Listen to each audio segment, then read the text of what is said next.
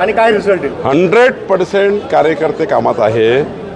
काही स्थानिक लेवलला मतभेद असतात, पण मनभेद नाही आहे. मतभेद असतात ते वरिष्ठांनी येऊन ते निपटावे लागतात. आज मी सर्वांशी भेटलो, सर्वांनी आपले मतभेद दूर केले आहे.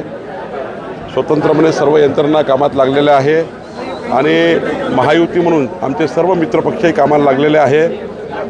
या ठिकाणी ही बैठक एवढ्याकरता होती की 7 तारखेला 1 वाजता माननीय प्रधानमंत्री नरेंद्र मोदीजी नंदुरबारमध्ये येत आहे आणि त्या बैठकीची तयारी करण्याकरता मी आलो आहे.